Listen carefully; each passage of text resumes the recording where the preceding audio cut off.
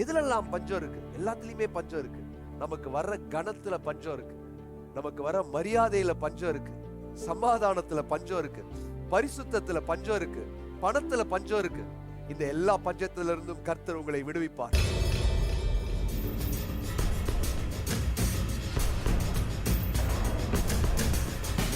ரெண்டு ராஜாக்கள் 7வது அதிகாரம் 1-2 எடுத்து வச்சுக்கோங்க. ஆனா வாசிக்க வேணாம், ஏன்னா நான் வாசிக்கும் போது உங்களுக்கு புரியாது. இது எப்ப சொல்லப்பட்டுச்சுன்னா, இது ஒரு தீர்க்க தரிசனமான ஒரு வசனம். இது எப்ப சொல்லப்படுதுன்னா, இஸ்ரவேலை சுத்தி சிரியா நாடு படையெடுத்து பல நாட்கள், ஒரு நாள் 2 நாள்ல பல மாதங்கள் அவர்களை முற்றுகையிட்டு இஸ்ரவேலிலே கொடிய பஞ்சம் உண்டாயிற்று. எந்த அளவுக்கு பஞ்சம்னா, ஒருடைய பிள்ளைகளை மற்றவர்கள் பட்சித்து போடக்கூடிய மிக கொடுமையான பஞ்சம் உண்டாயிருந்தது. எங்க? இஸ்ரவேல்ல. எதனால? இஸ்ரவேலை சுத்தி சீரியர்கள் கொத்தளமிட்டு இருந்தார்கள், படைகளை முற்றுகையிட்டு இருந்தபடினால அவங்களுக்கு சாப்பிடுறதுக்கு சாப்பாடு இல்லை. அந்த நேரத்துல தானே எலிசா மூலமாக கர்த்தர் ஒரு வாக்கை கொடுக்கிறார். அப்பொழுது எலிசா கர்த்தருடைய வார்த்தையை கேளுங்கள், கர்த்தருடைய வார்த்தையை கேளுங்கள். நாளை இந்நேரத்தில் சமாரியாவின் வாசலிலே ஒரு மரக்கால் கோதுமை மா 1 சேக்கலுக்கும் 2 மரக்கால் வார் கோதுமை 1 சேக்கலுக்கும் விற்கப்படும் என்று கர்த்தர் சொல்லுகிறார் என்றான். ஒரு சண்டை போட்டு ஜெயிக்கணும்னா 1 வாரமாவது ஆகும். 1 வாரம் ஆனதுக்கு அப்புறம் சாப்பாடு எங்க கிடைக்கும்? எப்படி கிடைக்கும்? இவங்க விதைக்கணும், அறுக்கணும், இதெல்லாம் நடக்கணும். ஆனா கர்த்தருடைய தாசன் மூலமாக தேவன் சொல்றாரு, என்ன தெரியுமா சொல்றாரு? நாளை இந்நேரத்தில் சமாரியாவின் வாசலிலே ஒரு மரக்கால் கோதுமை மா 1 சேக்கலுக்கும் 2 மரக்கால் வார கோதுமை 1 சேக்கலுக்கும் விற்கப்படும். 1 காசுக்கு 1 மரக்கால் கோதுமை நாளைக்கு சமாரியாவோட வாசல் உங்களுக்கு கிடைக்கும்னு எலிசா மூலமா சொல்றாரு. இது எப்படி நடக்கும் அப்படின்னு யாருக்கு டவுட் வருது பாருங்க. அடுத்த வசனம். அப்பொழுது ராஜாவுக்கு கைலாக கொடுக்கிற பிரதானி ஒருவன் தேவனுடைய மனுஷனுக்கு பிரதியுத்தரமாக, இதோ கர்த்தர் வானத்திலே மதகுகளை உண்டாக்கினாலும் இப்படி நடக்குமா என்றான். அதற்கு அவன், உன்னுடைய கண்களினாலே அதை காண்பாய், ஆனாலும் அதை நீ சாப்பிட மாட்டான். நம்ம ராஜாக்கு கைலாக கொடுக்கிறவன போல இருக்க கூடாது. கர்த்தர் சொன்னா அது நிச்சயமா நடக்கும். ஒருவேளை அவிசுவாசமா இருந்ததுன்னா, என்ன அது வருஷம் இந்த மாதிரி தான் சொல்றாங்கன்னு நீங்க நினைச்சீங்கன்னு வைங்க. எலிசா மூலியமா சொல்றாரு, நாளைக்கு நிச்சயமா சமாரியாவில் இந்த ஆசீர்வாதம் வரும், பஞ்சமெல்லாம் ஓய்ந்து போகும், அதை நீ கண்களினால் காண்பாய், ஆனா அதை ஒன்னால அனுபவிக்கவே முடியாது.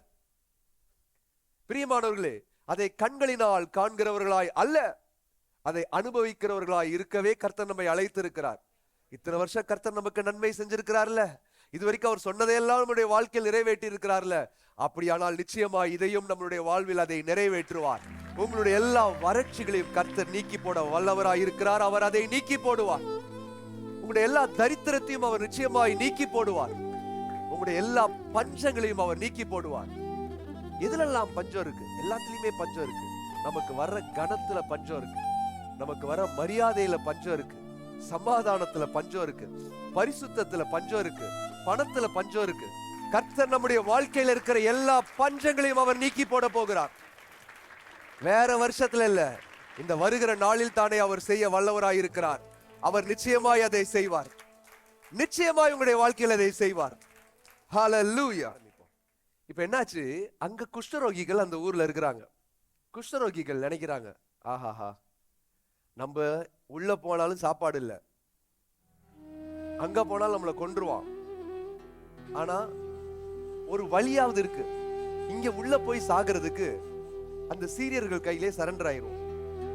யூதர்கள் குஷ்டரோகிகளை ஏத்துக்க மாட்டாங்க, அவனுங்களாவது நம்மளை கொஞ்சமாவது ஏத்துக்குவான். ஏன்னா சீரியர்களுக்கு ஒரு பேக்ரவுண்டே இருக்கு. சீரியனுடைய படைத்தலைவனே ஒரு குஷ்டரோகி தான், நாமான். 5வது அதிகாரத்துல இருக்கு, 2 ராஜாக்கள் 5ல. ஸோ குஷ்டரோகிகள் மேல ஒரு பிரியம் இருக்குன்னு சொல்லிட்டு என்ன நினைக்கிறான், இஸ்ரவேல்ல இருக்கிற குஷ்டரோகிகள் எங்க போறாங்க? சீரியால முற்றுகை போட்டிருக்க அங்கே தாண்டி போறாங்க.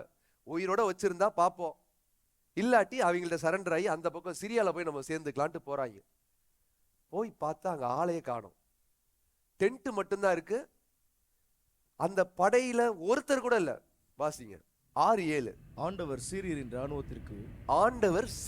ராணுவத்திற்கு ரதங்களின் இரைச்சலையும் குதிரைகளின் இரைச்சலையும் மகா ராணுவத்தின் இரைச்சலையும் கேட்க பண்ணினதினால் அவர்கள் ஒருவரை ஒருவர் நோக்கி, இதோ நம்மிடத்தில் போருக்கு வர இஸ்ரவேலின் ராஜா ஏத்தியரின் ராஜாக்களையும் எகிப்தியரின் ராஜாக்களையும் நமக்கு விரோதமாக கூலி பொருத்தினான் என்று சொல்லி இருட்டோடே எழுந்திருந்து ஓடிப்போய் தங்கள் கூடாரங்களையும் தங்கள் குதிரைகளையும் தங்கள் கழுதைகளையும் தங்கள் பாளையத்தையும் அவைகள் இருந்த பிரகாரமாக விட்டு தங்கள் பிராணன் மாத்திரம் தப்பும்படி ஓடி போனார்கள். இஸ்ரவேலர்கள் யுத்தம் பண்ணாங்களா? இல்ல. இஸ்ரவேலர்கள் ஏதாவது பிரயாசம் பண்ணாங்களா? இல்ல. ஆனா இவர்களுக்காக கர்த்தர் யுத்தம் பண்ணாரா? சத்தத்தை மட்டும்தான் போட்டு விட்டார். டேப் ரெக்கார்டர் ஒரு சத்தத்தை போட்டு விட்டாரு, ஓடிட்டாங்க. உங்க எதிராளிகளை கர்த்தர் எவ்வளவு கேவலப்படுத்தியிருக்காரு பாருங்க.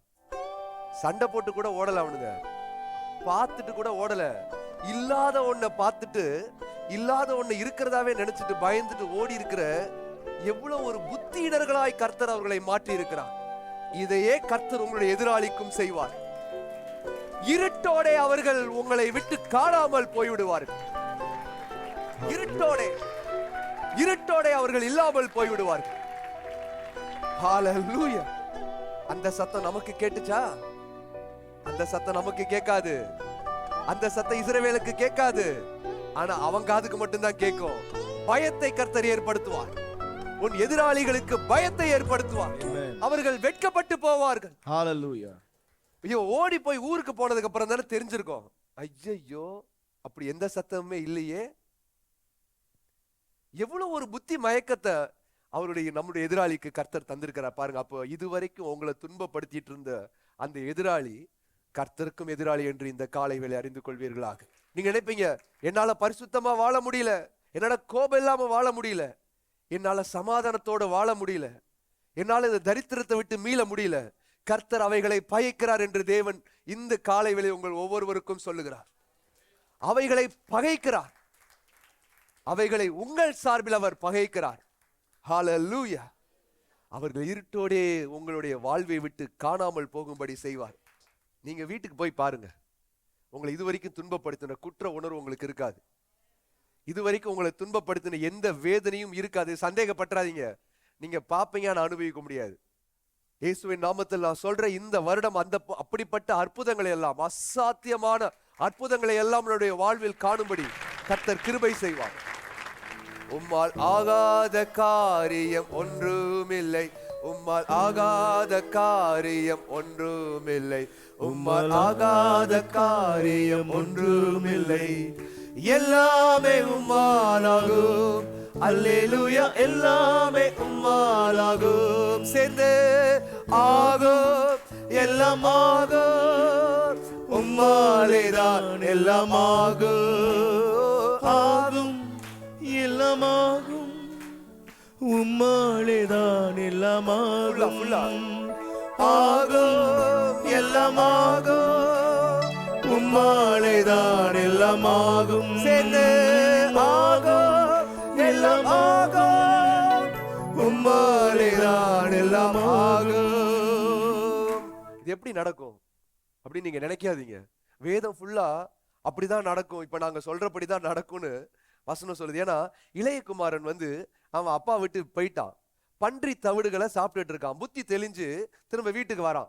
தூரத்துல அவங்க அப்பா அவனை பாக்குறாரு.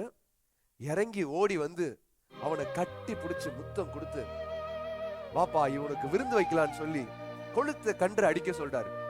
அவனுக்கு விலையுறந்த வஸ்திரத்தை கொடுக்கிறாரு, பாதரட்சியை கொடுக்கிறாரு, மோதிரத்தை கொடுக்கிறாரு. லெட்ஸ் ஆல் செலிப்ரேட், நம்ம சந்தோஷப்படலாம் அப்படின்னு சொல்லி ஒரு பெரிய ஒரு ஆக்களிப்பு உண்டாகுது. சில மணி நேரம் வரைக்கும் பசியில இருக்கான், சில மணி நேரம் வரைக்கும் கந்தை துணியில இருக்கிறான், சில மணி நேரம் வரைக்கும் வெட்கத்தோட இருக்கிறான், என்ன நடக்குமோன்னு தெரியாம இருக்கிறான். ஆனா அடுத்த சில மணி நேரத்துல அவன் திரும்ப அப்பா வீட்டுல பழைய அதிகாரத்தை விட அதிக அதிகாரம் உள்ளவனாய், பழைய சந்தோஷத்தை விட அதிக சந்தோஷம் உள்ளவனாய் அவனை கர்த்தரால் மாற்ற முடியும்னா அதை நமக்கும் அவர் செய்யாதிருப்பது எப்படி? ஹல்லேலூயா.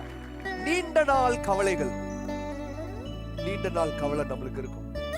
இத்தனை வருஷமா இருக்கேன், இத்தனை வருஷம் நான் போராடிட்டு இருக்கேன், இத்தனை வருஷம். அதே போலதான் அந்த சமாரியாவுடைய இஸ்ரவேலர்களும் பல வருஷமா போராடிட்டு இருந்தாங்க. பல மாதங்களா பஞ்சத்திலும் பட்டினியில் இருந்தாங்க. ஒரு இரவு கர்த்தர் மாற்றினது போல உங்களுடைய வாழ்விலும் இந்த வருகிற வருடத்தில், இந்த ஆண்டில 26ல, அது ஒரே நாளில் ஒரே இரவில் எல்லாவற்றையும் அவர் மாற்றி போடுவார். ஒரே இரவில் மாற்றி போடுவார். இஸ்ரவேல்ல எவ்வளவு பஞ்சம், 13வது வசனத்தை வாசி பாருங்களேன்.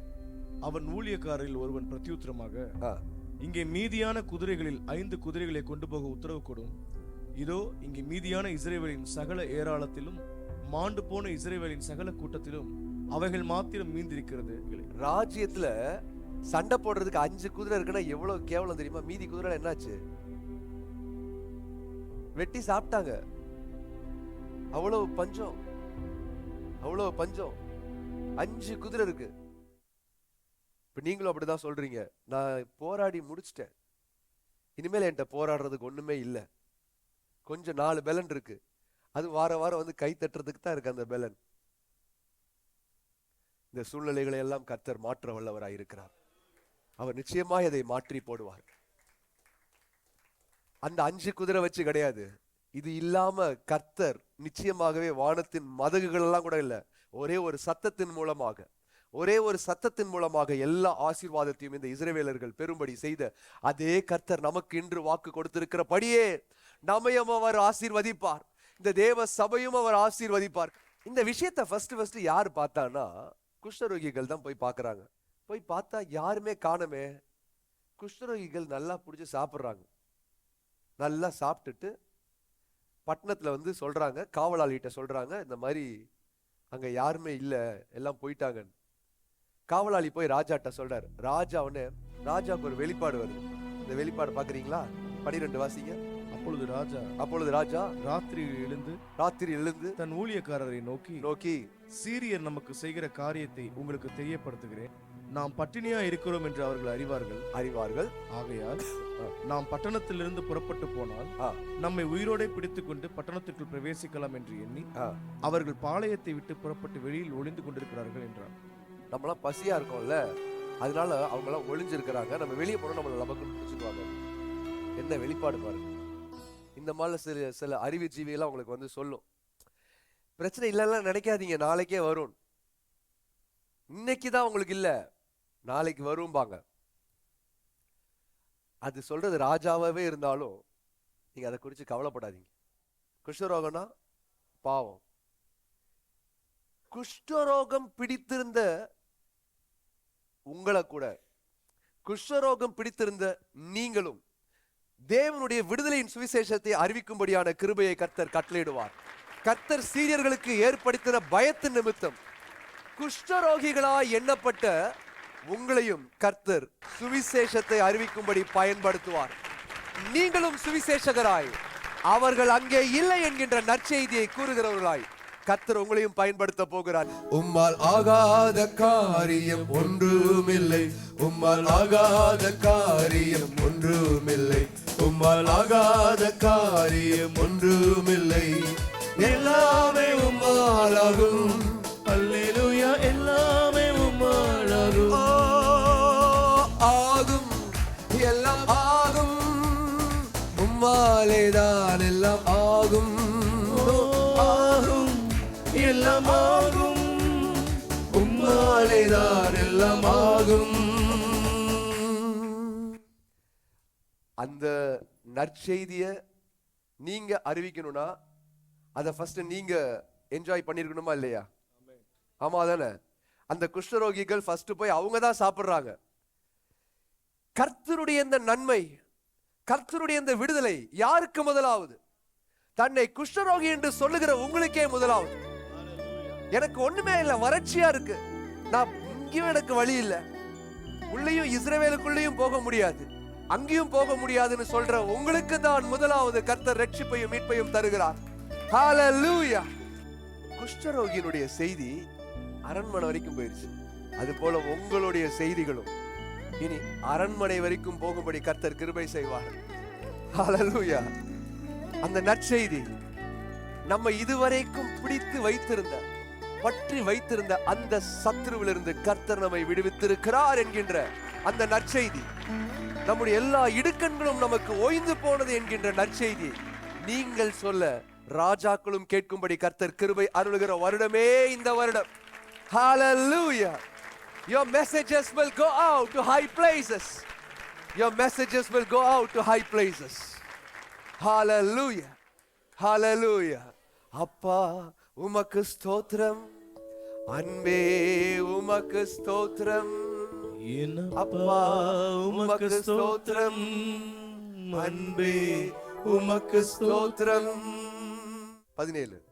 ராஜா தனக்கு கைலாக கொடுக்கிற அந்த பிரதானியை ஒளிமுக வாசலில் விசாரிப்பாய் இருக்க கட்டளையிட்டிருந்தான். இருங்க ஒரு நிமிஷம். கைலாக கொடுத்தது யாரு?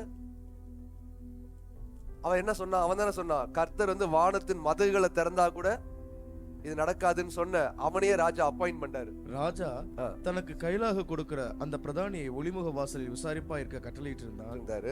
ஒளிமுக வாசலிலே ஜனங்கள் அவனை நெருங்கி மிதித்ததினாலே ராஜா தேவனுடைய மனுஷனத்தில் வந்தபோது சொல்லியிருந்தபடியே அவன் செத்து போனான். அவன் பார்த்தான், இவ்வளவு கோதுமை நிறைய இருக்கிறதெல்லாம் பார்த்தாரு.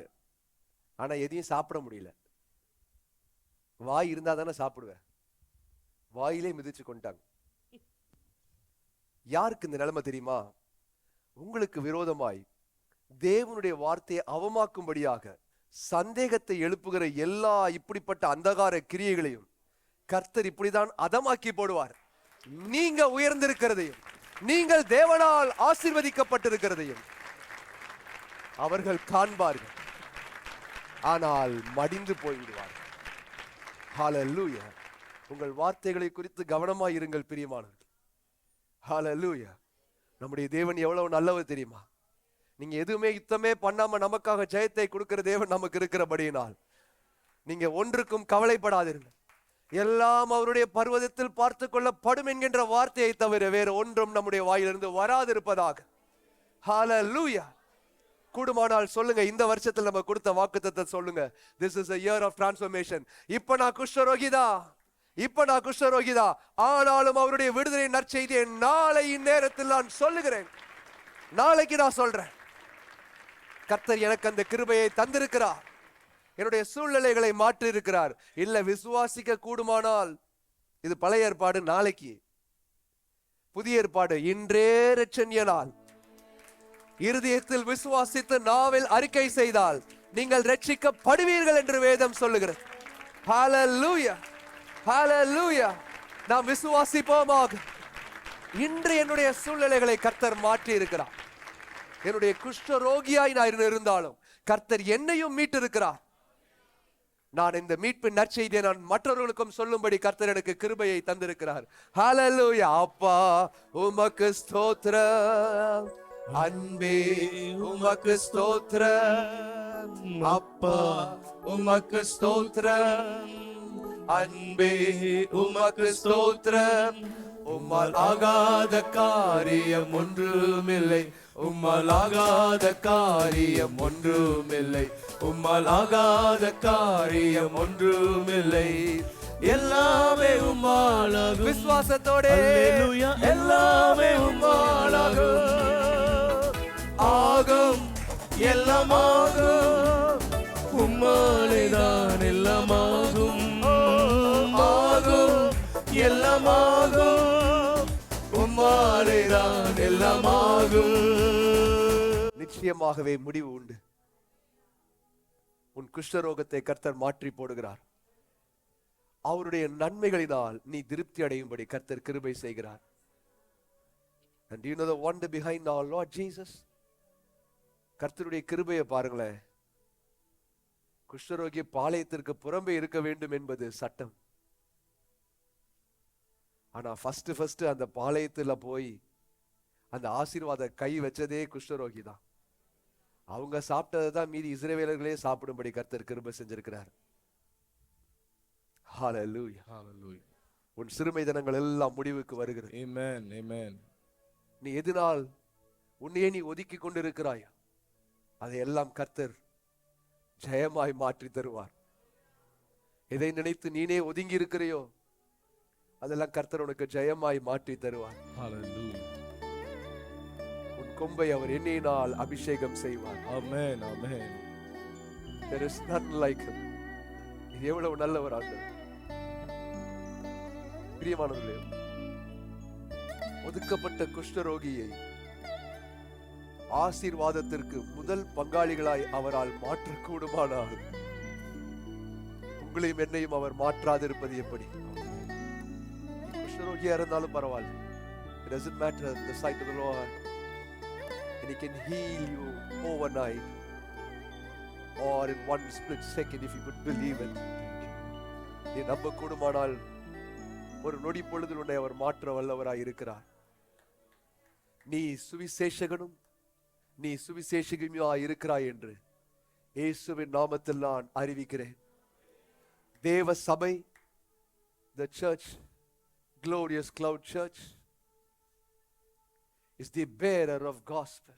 சுவிசேஷத்தை சுமந்து செல்லுகிற சுவிசேஷகனும் சுவிசேஷகியுமாய் இருக்கிறீர்கள் என்று ஆண்டவராகிய இயேசு கிறிஸ்துவின் நாமத்தில் நான் அறிக்கையிடுகிறேன், நான் அறிவிக்கிறேன். Not because of our righteousness and not because of our holiness, for we know we are lepers. நாம் குஷ்டரோகிகள் என்று அறிந்திருக்கிறோம். ஆனால் அவர் மகத்துவராய் இருக்கிறபடியினால், அவர் மிகுந்த தயாளம் உள்ளவராய் இருக்கிறபடியினால், அவர் மிகுந்த கிருபை உள்ளவராய் இருக்கிறபடியினால் நமக்கு இந்த நன்மையை அவர் செய்வார். Hallelujah. Hallelujah. தேவ சபையாம் நமக்கு அதை செய்தும் இருக்கிறார். Thank you Jesus. பிரியமானவர்களே, எதை எதன் காரியமாய் உங்களை ஒதுக்கி வைத்திருந்தார்களோ, எந்தெந்த காரியத்திற்காக உங்களை ஒதுக்கி வச்சிருந்தாங்களோ அந்த காரியத்திலேயே கர்த்தர் உங்களை முதன்மையாய் வைப்பார். அதற்கான நன்மையை நீங்களே பட்டணத்திற்குள் போய் சொல்லும்படியான கிருபையை தருவார். And that is the Lord we serve. அவரையே நாம் ஆராதிக்கிறோம். அப்படிப்பட்ட மகத்துவரை நாம் ஆராதிக்கிறோம். அப்பா உமக்கு ஸ்தோத்திரம். அன்போடு சொல்லுங்க, அன்பே உமக்கு ஸ்தோத்திரம். அப்பா உமக்கு ஸ்தோத்திரம். அன்பே உமக்கு ஸ்தோத்திரம். உங்கள் மன வாழ்க்கை சீக்கிரமாய் வருகிறது. உங்கள் நிந்தைகளை எல்லாம் கர்த்தர் மாற்றி போடுகிற வருடம் இது. ஆண்டவரே, உம்முடைய தயாளம் எவ்வளவு பெரிதாய் இருக்கிறது. என் மகனே, என் மகளே, இந்த நன்மையை நீ பெறும்போது இதையே நீ சுவிசேஷமாய் சொல்லுவாய். இதையே நீ சுவிசேஷமாய் சொல்லுவாய். கர்த்தருக்கு காத்திருப்பது ஒரு நாளும் வெட்கத்தில் முடிவதில்லை. ஏற்ற வேளையில் உனக்கு நன்மை செய்வார் என்கின்ற சுவிசேஷத்தை நீ நிச்சயமாய் சொல்லும்படி கர்த்தர் உனக்கு கிருபை தருகிறார். ஹalleluya. அப்பா உமக்கு ஸ்தோத்திரம். அன்பே உமக்கு ஸ்தோத்திரம். அப்பா உமக்கு ஸ்தோத்திரம். ஹalleluya. அன்பே உமக்கு ஸ்தோத்திரம். ஒரு விசை கைகளை தட்டி மனப்பூர்வமாய் அந்த தேவனுக்கு சந்தோஷத்தோடு, நன்றியோடு, துதி கீதத்தோடு அவரை நன்றியோடு ஸ்தோத்திரிப்பீர்களாக. நம் இயேசு நல்லவர், நம் தேவன் நல்லவர், அவர் வல்லவர், அவர் கிருபை என்றும் உள்ளது. Hallelujah. Hallelujah. And you are also stepping into a new relationship with him. கர்த்தருக்குள் ஒரு புது உறவிற்குள்ளாகவும் நீங்கள் பிரவேசிக்கிறீர்கள். ஐயோ, என்னால் அவரோடு ஒரு நெருங்கிய உறவில் இருக்க முடியவில்லை என்று சொல்லுகிறவர்கள், உங்களுக்கு அவரோடு உறவில் இருக்க முடியாதபடிக்கு இருந்த எல்லா தடைகளும் இன்றே கர்த்தர் துரத்தி இருக்கிறார். Hallelujah. Whatever it is, for the battle that you have fought for us. Hallelujah. உம்மாலேதான் நிலமாகும். ஆமென். ஆகும், எல்லாம் ஆகும். உம்மாலேதான் எல்லாம் ஆகும். ஆமென். நிலமாகும். ஆமென். உம்மாலேதான் நிலமாகும். ஆண்டவரே, இந்த சந்தோஷம், இந்த ரட்சிப்பின் சந்தோஷம் இந்த வருடம் முழுவதும் நீர் வரும் அளவும் எங்களோடு இருப்பதாக, இந்த தேவ சபையோடு இருப்பதாக. Hallelujah.